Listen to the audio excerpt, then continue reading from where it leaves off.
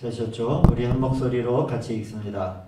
너희는 믿지 않는 자와 멍에를 함께 매지 말라. 의와 불법이 어찌 함께하며 빛과 어둠이 어찌 사귀며 그리스도와 벨리알이 어찌 조화되며 믿는 자와 믿지 않는 자가 어찌 상관하며 하나님의 성전과 우상이 어찌 일치가 되리요. 우리는 살아계신 하나님의 성전이라. 이와 같이 하나님께서 이르시되 내가 그들 가운데 거하며 두루 행할 것 나는 그들의 하나님이 되고 그들은 나의 백성이 되리라. 아멘. 자, 우리 옆에 계신 분들과 서로 인사 나누시겠습니다. 사랑하고 축복합니다. 맞습니다.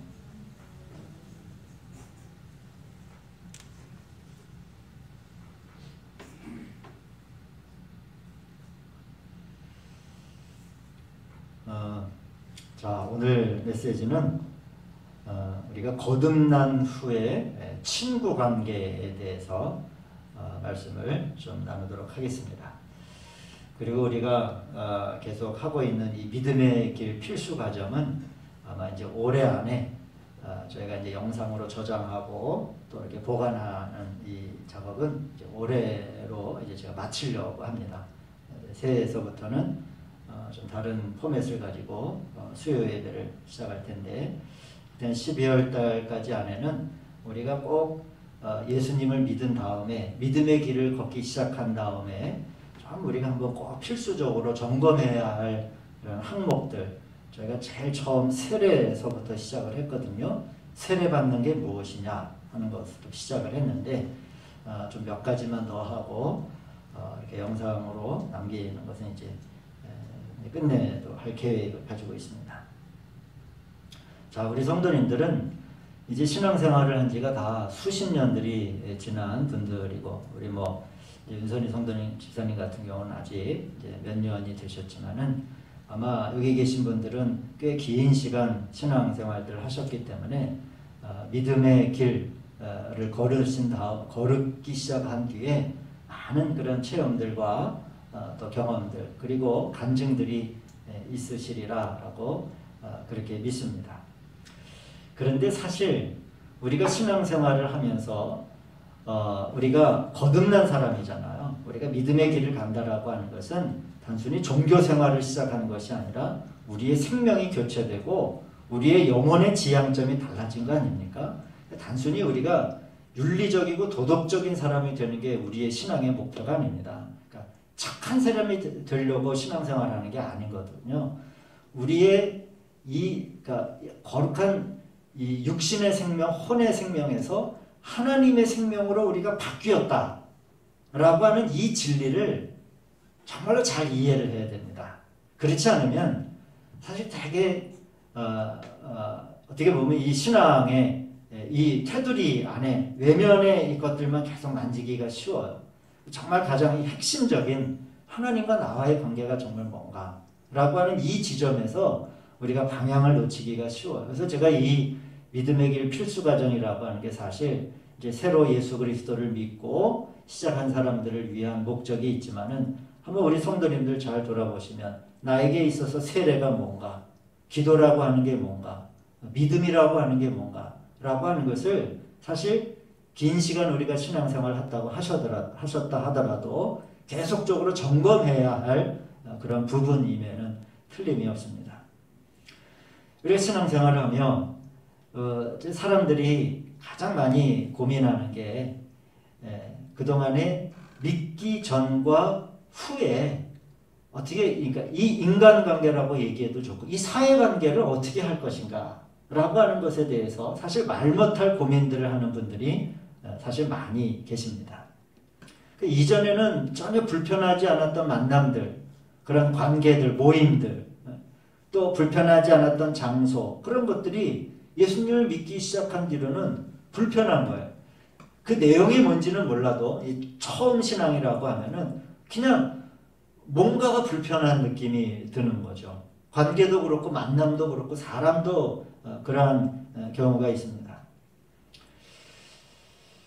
그러한 사인들은 내적인 어떤 우리들의 심적인 내용들은 정체가 뭘까요? 왜 그렇게 이전에는 전혀 예수 믿기 전에는 불편하지 않고 아무런 거리낌이 없고 아무런 문제가 없었던 어떤 장소, 만남, 사람, 대화 이런 것들이 불편하게 여겨지는 그것에 대한 그 원인이 무엇일까? 제가 초등학교 때부터 이제 친구들이 있습니다. 초등학교 때부터 친구들이 고등학교 때까지 다 같은 한 교회를 다녔기 때문에 대학을 각자 저는 신학대학으로 오고 다 일반 대학을 가고 했지만은 지금도 자주는 아니지만은 가끔 이제 소식을 전해서 이제 만나기도 하죠. 이제 이제 저희 교회 지휘를 가리키러 오신 우리 권사님 같은 경우도 이제 그렇게 오랜 친구죠. 다 신앙생활들을 착실히 잘하고 있는데 종종 이제 이런 얘기를 합니다. 저를 빼고는 다 사회에서 일반 직장생활을 하고 일반 사회생활을 하니까 이런 얘기를 해요. 뭐 요새 많은 그리스도인들이 다 이제 뭐 술집도 가고 다 그렇잖아요. 그런데 이제 오랜만에 고등학교 동창들을 만나서 이제 뭐 식사하고 그 다음에 예의 다음에 2차로 이제 술집도 가고 그런데 이제 거기까지는 제가 보니까 우리 친구들도 일반 사회 친구들도 그냥 다 하는 것 같아요. 근데 이제 그 다음이 문제예요. 거기에서 그냥 기분 좋게 서로들 한 잔씩 하고 이렇게 헤어지면 딱 되는데 그 다음에 3차를 기다리고 있다라는 거예요. 다 가야 한다는 거예요. 그 중에서 돈을 제법 버는 친구가 다 오늘은 아무개가 내기로 했으니까 우리 딱 가자. 자기는 이제 도저히 거기까지는 내가 자리를 갈 수 없게. 근데 생각을 해보니까 이제 저하고 얘기할 때, 그게 나도 사회생활을 하지만은 아주 그게 일상이 되어 있는 것 같더라. 일상이 밥 먹고 술 먹고 세 번째로 이제 가는 것이 여기 이제 우리 어린 친구들이 있으니까. 근데 그게 아주 특별한 경우가 아니라 아주 그냥 당연히 그래야 되는 거라고 하는 거의 그렇게 이제 굳은 생활들을 하고 있다라고 하는 거죠. 그래서 이제 그 다음부터는 뭐 이제 동창이지만은 동창회 모임이지만은 동창을 안 나가게 되고 굳이 내가 뭐 그렇게까지 사람 관계를 만날 필요가 있나 해서 나가지 않게 된다라고 하는 그런 얘기를 해요. 그러나 이제 한면으로는 사회생활을 하니까 저야 인간관계가 아주 명확하죠. 관계성들이. 그런데 현재 친구들은 뭐 사업도 해야 되고 하려면은 그런 여러 가지 확장된 모임들이 또 삶에 있어서 그걸 등한시할 수는 없잖아요.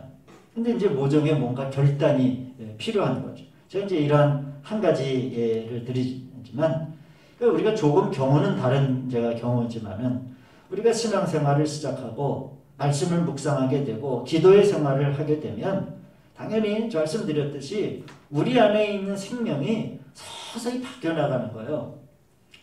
물론 어떤 특별한 우리가 어떤 위인들의 이야기나 성 어거스틴 같은 경우 갑자기 모든 생명이 일시에 교체되는 그러한 경험을 체험을 하기도 하지만은 또 많은 경우는 그러한 것보다도 뭐라 그럴까요? 이렇게 여러분 이제 어떤 그릇에 좀 더러운 물이 있다라고 생각을 해보세요. 거기에 수돗물을 틀면은 어떻게 되나요?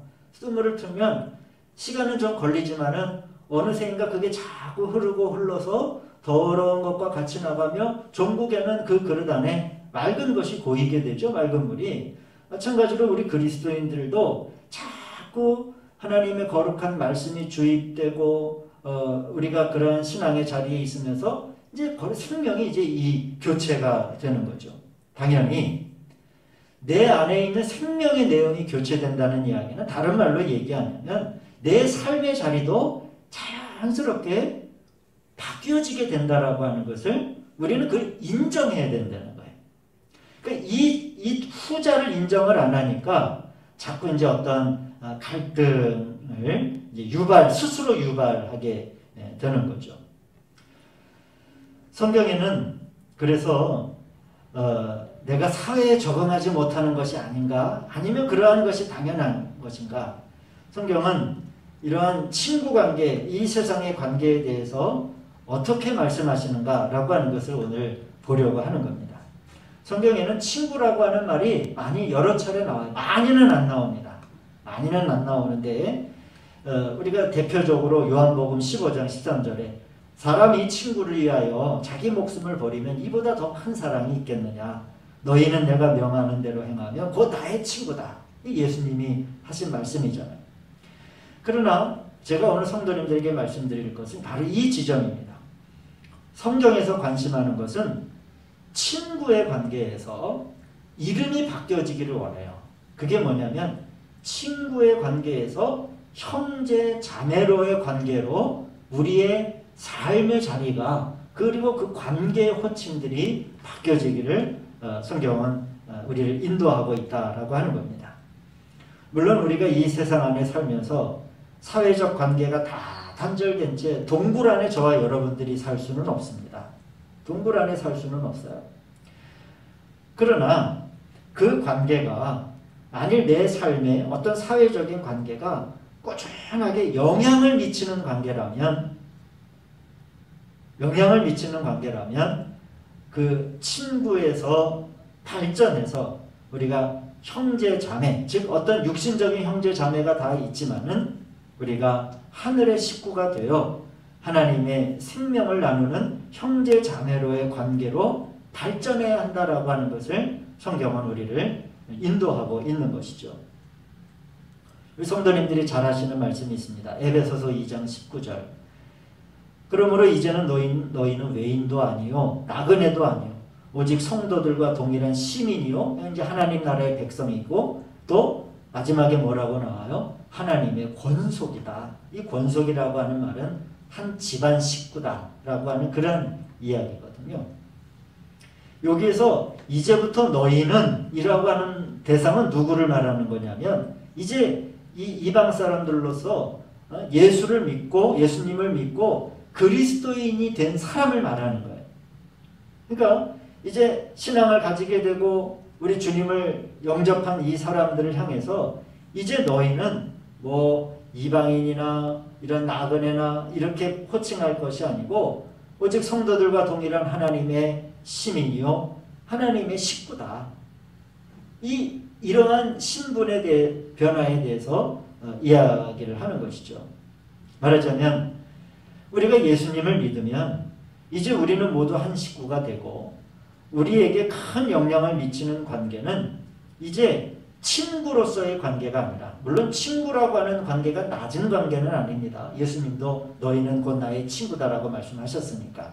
그러나 그거보다 더 깊은 관계 이제 한 식구로서 하나님의 한 권속으로서 형제 자매로서의 관계로 발전해야 한다라고 하는 것을 말씀하는 거죠. 자, 그래서 야고보서 4장 4절을 보시면 가늠한 여인들아 세상과 벗된 것이 하나님과 원수됨을 알지 못하느냐 그런즉 누구든지 세상과 벗이 되고자 하는 자는 스스로 하나님과 원수가 되는 것이다 라고 하는 말씀 성도님들이 기억을 하시죠. 여기에서 세상이라고 하는 것은 단순한 사회 구조를 말하는 것은 아닙니다. 그 세상을 구체적으로 표현하며 내용을 가지는 사람을 말하는 거예요. 그러니까 어떤 한 사람이 이 세상의 내용을 가지고 있고 이 세상의 구조나 이 모든 것을 대표하는 그런 세상 사람, 이 세상에 속한 사람을 의미하는 것이죠. 그러니까 세상과 벗하다라고 하는 게 우리가 뭐 이 세상에 나가서 이 김포시를 보고 김포시 이제부터 너는 나의 친구요 이러지 않잖아요. 세상과 벗어난다라고 하는 것은 구체적으로 그 세상을 대표하는 사람과 그 속한 사람과 함께 친구가 된다라고 하는 것이 바로 이게 좀 너무 목사님 너무 이 말씀이 너무 날카로운 말씀이 아닙니까? 세상과 벗이 되고자 하는 자는 스스로 하나님과 원수가 되는데 우리가 내가 하나님과 원수 되려고 친구를 사귀는 것은 아닌데요 라고 우리 성도님들이 개인적으로 그렇게 묵상하실 수는 있을 거라고 생각을 합니다. 그런데 왜 이 야고보서에서 그것이 왜 하나님과 원수가 되는 일인가 라고 하는 것에 대한 말씀을 우리가 이제 한 번 더 나눠야 되겠죠. 그렇기 때문에 우리는 예수님을 영접한 다음에, 자, 우리 성도님들은 예수님을 영접한 지 20년, 30년, 40년이 훌쩍 넘으신 분들이에요. 그래서 어떻게 보면 이제 이 내용에 대해서는 이미 다 자기 신앙의 여정 가운데 정리가 되셨다라고 생각하실 수 있겠지만, 그래도 다시 한번 생각해 보십시오. 우리가 예수님을 믿은 후에 친구, 그런데 이 친구는 그냥 지나가다가 알았어 안녕 하고 이렇게 스쳐가는 사람을 말하는 건 아닙니다. 이 친구라고 하는 것은 어떤 의미냐면, 말씀드렸잖아요. 내 삶에 꾸준하게 뭔가 영향력을 미치는 사람이에요. 꾸준한 자리에서 어떤 내 삶에 들어오는 거예요. 어떤 영향력을 무엇이든지 끼치는 사람. 그럴 때 성경은 좀 단호합니다. 이렇게 내 삶에 여러 가지 영향력을 가지고 생활에 들어올 수 있는 사람들을 정리해야 된다라고 분명하게 얘기하는 거예요. 저는 이렇게 말씀드리고 싶어요. 그러면 영향을 받지 않는 관계로 정리할 수 있는가? 어떤 장소라든지 시간, 만남의 횟수를 조정을 하면은 영향을 받지 않을까? 그런 지혜를 우리가 한번 발휘해 보실 수 있다면, 내 삶에 더 이상 이제 영향을 끼치지 못하도록 만남의 횟수나 어떤 장소나 그 중요도나 이런 거를 우리 성도님들이 정리하실 수 있겠죠. 그러나 영향을 전혀 받지 않는 관계로 만일 정리하실 수 없다면 서 있는 자리를 우리가 수정하는 것이 더 옳다라고 하는 것이 오늘 성경의 말씀입니다. 온풍기 좀 꺼주세요. 왜냐하면 이제 막 신앙생활을 시작한 사람이 이 관계를 정리하지 못하면 그 안에 심겨진 생명의 성장에 어떤 막대한 영향력을 받게 되는 겁니다. 당연히 이 세상은 예수님을 믿음으로 말미암아 심겨진 그 생명의 내용과는 당연히 다르겠죠. 또 그에 반하기 때문에 당연히 어울릴 수가 없는 겁니다. 한 가지 다행스러운 것은 이러한 정리의 과정이 우리가 예수님을 믿지 않았다라고 하면 대단히 괴로울 거예요. 그동안 친하게 지내왔던 친구인데, 나에게 참 좋은 관계였는데, 그 관계를 정리한다라고 하면 굉장히 힘들고 마음의 어려움이 있겠지만, 그런데 다행스러운 거는 이상하게 주님의 이 사랑이 들어오면, 주님의 사랑이 들어오면 우리 사람의 사랑이 그 자리를 비워주게 돼 있어요. 그래서 그 관계를 정리하는 게 그렇게 고통스럽거나 어렵지 않습니다. 성도 여러분, 주님의 생명이 우리 안에 들어온다면 세상에 대해서 그렇게 친밀하게 느껴지지 않게 되는 것이죠. 이것은 세상에 대해서 우리가 어떤 원수된 감정을 가지고 살라는 게 아닙니다. 이제 세상과의 관계는 이전에는 육신적인 생각과 감정을 가지고 대했다면, 이제는 우리가 예수님을 믿은 후, 우리가 거듭난 후에 그리스도의 사랑으로 그 이전의 관계를 대하게 된다는 거예요. 그러니까 예전에는 이 육신의 생각과 감정으로 서로 친구가 되었다라고 하면, 이제 예수님을 믿은 사람은 육신의 생각과 감정과 그것이 아니라 그리스도의 사랑으로 이전의 관계를 대할 수 있게 된다라고 하는 것입니다. 그래서 여전히 친구이겠지만, 나는 이제 교회에 다니니까 당신 안 만날 거야, 나는 교회에 다니니까 당신하고는 절교야 라고 하는 게 아니라는 거예요. 내용이 달라졌다라고 하는 거예요. 이전에는 똑같은 마음과 생각의 색깔을 가지고 만난 친구였다라고 하면, 우리가 예수님을 믿은 후, 우리가 거듭난 후에는 이제 우리 안에 생명의 내용이 바뀌었으니까 무엇으로? 그리스도의 사랑으로 이전의 관계들을 대하고 그 관계들을 비로소 우리가 만나게 된다라고 하는 것입니다. 그 마음이 뭘까요? 저는 대표적인 여러 가지 마음을 표현할 수 있겠지만 궁휼의 마음을 비로소 우리가 가지게 된다 하는 것이죠. 이것이 바로 우리 그리스도인들이 친구를 대하는 마음이에요. 그러니까 여기서 불쌍히 여긴다라고 하는 말을 사용하는 것보다 우리가 왠지는 몰라요. 이거는 설명할 수는 없지만은 단 하나 설명할 수 있어요. 우리들의 생명의 내용이 바뀌었기 때문에 긍휼의 마음을 가지고 이전의 관계들을 우리가 가지게 되는 거예요. 수년간 교제하던 사람을 모르는 체 하는 게 아닌 거죠. 그래서 이전에 육신과 육신이 만날 때는요, 온통 이 세상과 육신에 속한 이야기, 그리고 어떤 걱정, 근심, 그리고 때로는 어떤 험담들, 그리고 뒤돌아서면은 하루 이틀만 지나도 내가 저 사람하고 도대체 무슨 대화를 나눴지? 전혀 기억이 나지 않는 대화들로 시간을 채웠던 관계들이었다면 이제 한 생명은 어떤 생명이 됐습니까? 우리 그리스도의 피값으로 산 생명으로 우리의 내용이 교체가 된 거예요. 그래서 그 생명을 가지고 이 세상의 생명을 만나니 당연히 어떠한 마음이 들겠어요? 우리를 피값으로 사셨던 그 그리스도의 사랑의 마음을 가지고 우리도 또한 어떠한 한 사람을 비로소 만나게 된다는 거죠. 주님이 우리와 다투지 않으셨잖아요. 주님이 사람과 다투시나요? 왜 안 다투실까요? 주님은 전적으로 우리를 긍휼과 아버지의 마음으로 우리를 바라보셨기 때문에 다투실 마음이 없는 거예요. 그러면 그 주 예수 그리스도의 생명과 마음이 역시 우리에게 주입됐다라고 하면 우리의 관계도 어떤 관계가 됩니까? 이전에는 조그마한 자기 어떤 자존심의 문제, 자기 이익의 문제, 자기의 어떤 성격의 문제가 조금만 침해를 돼도 서로 냉랭하고 서로 다투기도 하고 했던 벽이 세워졌던 관계가 이제는 그렇게 되지 않아요. 달라진 거예요, 내용이. 그래서 내 삶의 목적을 얘기할 수 있고 그 목적을 위한 능력과 그리고 그 간증에 관한 대화들이 비로소 나눠지게 되는 겁니다. 설령 그런 대화가 잠시 수면 아래 있을 수는 있어요. 그러나 이전에 세상의 대화들에 내 마음이 막 속상하고 말이에요. 마음이 흔들리고 근심이 쌓이고 때로는 어떤 감정의 요동들이 있었지만은 여러분 우리 친구 이 사회적 관계 안에 이 사람과의 관계 때문에 친구들과의 관계 때문에 인생에 큰 짐을 짊어진 사람들이 의외로 여러분 많이 있습니다. 굉장히 많이 있어요.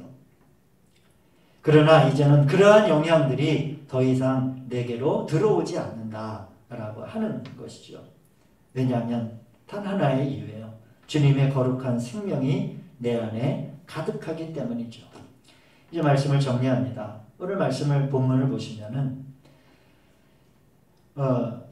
너희는 믿지 않는 자와 멍에를 함께 매지 말라. 의와 불법이 어찌 함께하며 빛과 어둠이 어찌 사귀겠느냐 하는 말씀이 있습니다. 이 말씀을 많은 경우 결혼의 문제에 관련해서 이 말씀을 이제 나누기도 하고 묵상하기도 합니다. 맞아요.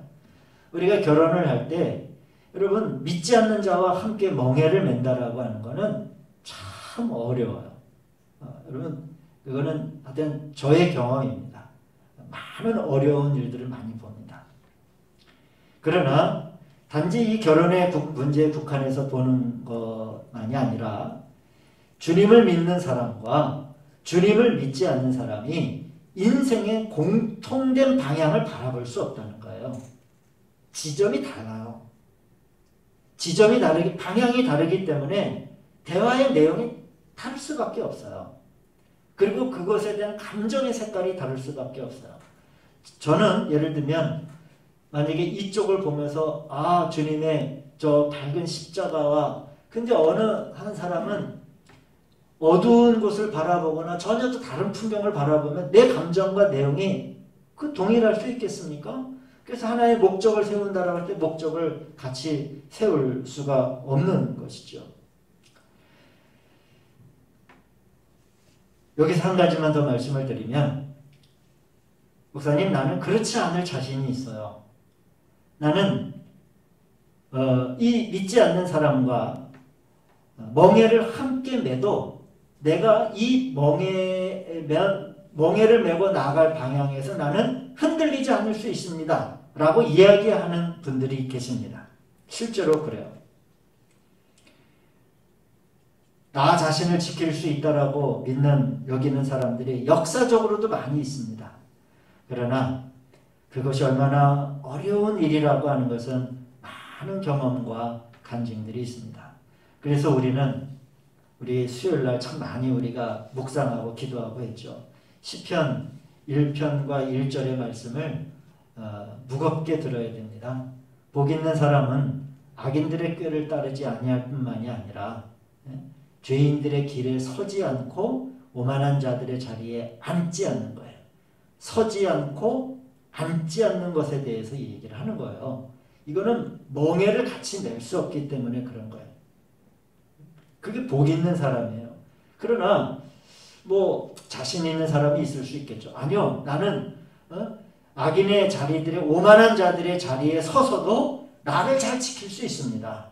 오히려 오만한 자들을 내가 이끌고 올 수 있습니다. 라고 말하는 분들이 계시지만은 글쎄요. 그렇지 하지 말아라.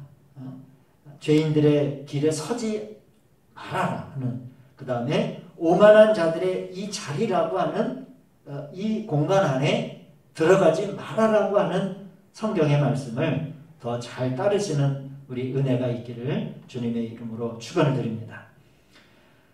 고린도전서 5장 11절에 어떤 형제라 일컫는 자가 음행하거나 탐욕을 부리거나 우상 숭배를 하거나 모욕하거나 술 취하거나 속여 빼앗거든 뭐라고 나오냐면 사귀지도 말고 그런 자와는 먹지도 말아라 하는 말씀이 있습니다. 나는 먹어도, 나는 그런 사람들과 함께 사귀어도 얼마든지 나를 지켜낼 수 있습니다 라고 하실 수 있겠지만, 또 그런 자신감이 우리에게 있을 수 있겠지만, 그러나 성경에 많은 말씀은 피하라고 하는 말씀이 더 많아요. 앉지 말고 서지 말고 사귀지 말라는 말씀이 더 많이 강조되어 있습니다. 그리고 그게 사실상 예수님의 가르치심입니다. 동행하지 말고 사귀지 말고 먹지도 말아라. 자, 이것이 우리가 거듭난 후에 우리의 친구 관계에 관한 말씀입니다. 다음 주 한 번 더 우리가 멍에를 함께 매지 않고 길을 쫓지 않고 서지 않는 것이 구체적으로 우리 삶에 있어서 어떠한 형태이고 모양인가, 성경은 어떻게 서지 않는 것을 말하고 또 그 길을 쫓지 않는 것에 대해서 이야기하는가, 한 번 더 말씀을 드리고 이 주제를 마치도록 하겠습니다. 기도하시겠습니다.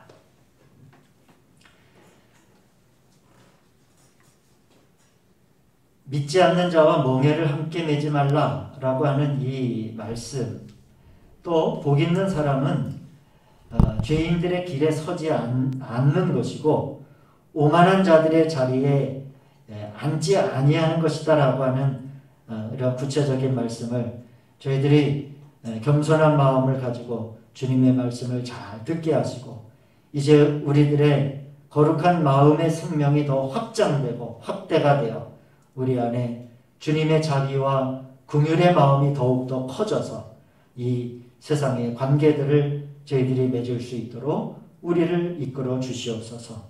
우리와 함께 하시는 예수님의 이름으로 기도하였습니다. 아멘.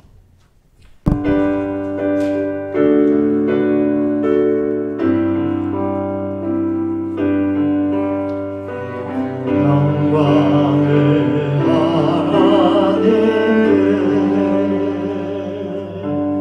모든 영광을 하나님께,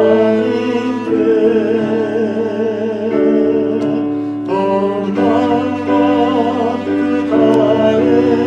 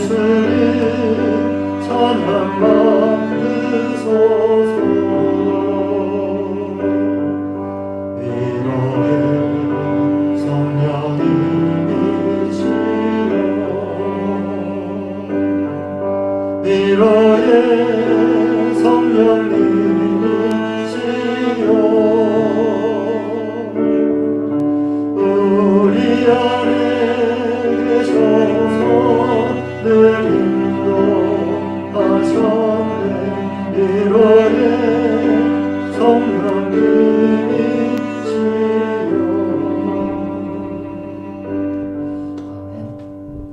하늘에 계신 우리 아버지여, 이름이 거룩히 여김을 받으시오며 나라가 임하옵시며 뜻이 하늘에서 이루어진 것 같이 땅에서도 이루어지이다. 오늘날 우리에게 일용할 양식을 주시옵고 우리가 우리에게 죄 지은 자를 사하여 준 것 같이 우리 죄를 사하여 주시옵고 우리를 시험에 들게 하지 마시옵고 다만 악에서 구하시옵소서. 나라와 권세와 영광이 아버지께 영원히 있사옵나이다. 아멘. 주님 때문이라 내가 살아